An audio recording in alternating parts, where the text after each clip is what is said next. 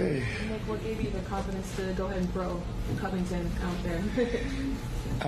Well, I just probably based on yesterday's action, live action, and then we got in some quick foul trouble with both our wings, and KD was out there, and I just thought I needed another guy with some size to battle him. What did you make of his defensive impact? It kind of seemed like he was able to make some plays on that end. Yeah, I always like the first couple things is, do you have the ability and do you want to do it? And I think he's got that, right? He's got some ability, athletically, size, strength, pretty good off the ball stuff, and then he's trying really hard. So that goes a long way at that end of the floor. So that's good to see. And he seems confident. I don't know, he made many shots, but at least he stepped into them like he was going to, which is a good start. Nick, you talked about the early stage of the season right now is about learning. Like the guys, well, you learned that Kelly and Tobias can step up in the first half when Joe and Maxey are having off games. You learned that Furkan is making it hard to stay out of the rotation. And then, they talk about Cubs. So it seems like you learned. Can you talk about the things you learned? Yeah, I mean, we're certainly trying to figure out who fits with where and how the rotation looks. I'm pretty happy with what we've kind of come up with to start the second and fourth quarters right now, right, which is usually Tobias and Tyrese for sure.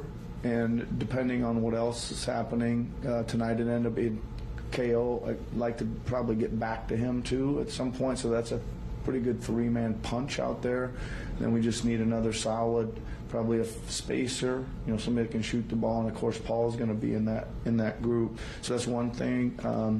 Again, we're learning a lot from standpoints of coverages, both sides of the ball start offensively.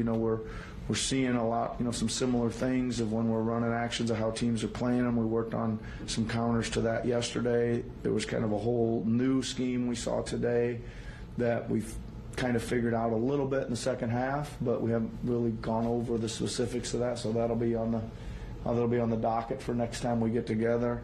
And then, we did try a few things today defensively that maybe I need to review. I got to watch the tape first, but there was a couple things I didn't think we were figuring out the front part of it, but not the back side of it. So just continue to evaluate, the schemes that we're seeing and schemes we're playing.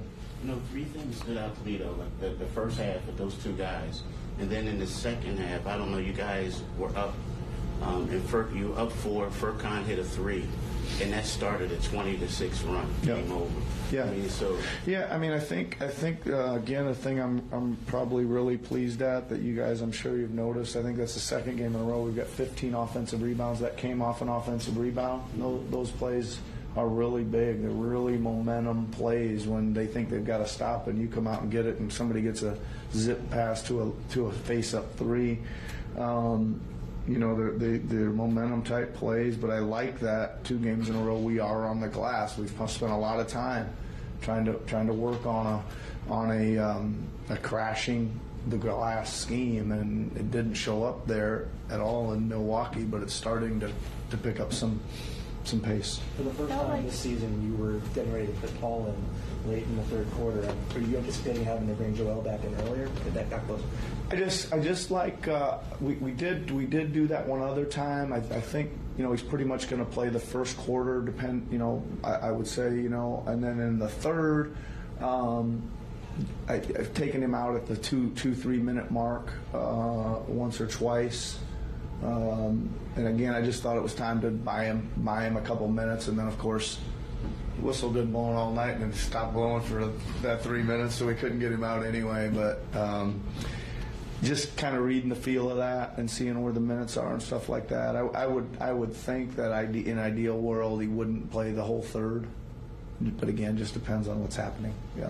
It felt like a quieter night for Tyrese in the first half. What does it say about his growth as a young player to be able to have the fourth quarter he did, finish with 22, 5, and 10, and all yeah, it's not enough. It's not enough. He's too good to have a quiet first half. He's got to not get into those modes where he's not being more aggressive. I'm not criticizing him. I'm just trying to keep him employing that he needs to be more aggressive. He's too good at beating people off the dribble. He's too good a shooter to not take more chances, his own chances.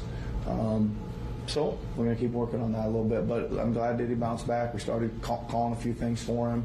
You probably saw we ran the same play about 7 straight times, and then we flipped it around and ran the same thing going the other direction.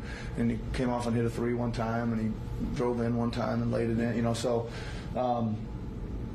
again, like sometimes when the ball isn't finding you or you're not as aggressive as we'd like you to be, we try to manufacture some things to get them aggressive, and there's a little bit of what was going on in the fourth. You talked at practice about wanting him to be more vocal and sort of quarterback the group out there. Are you seeing that transfer over to games? Yep, he's doing a good job. I thought he had a couple of outstanding play calls tonight where he felt something in the game, he went to it, and it resulted in either a layup or a wide open 3 ball for us for somebody else. So he made a couple really good decisions on calls there tonight. So work in progress with that, but good to see him making some steps forward. Thanks, guys. Okay, thanks everybody.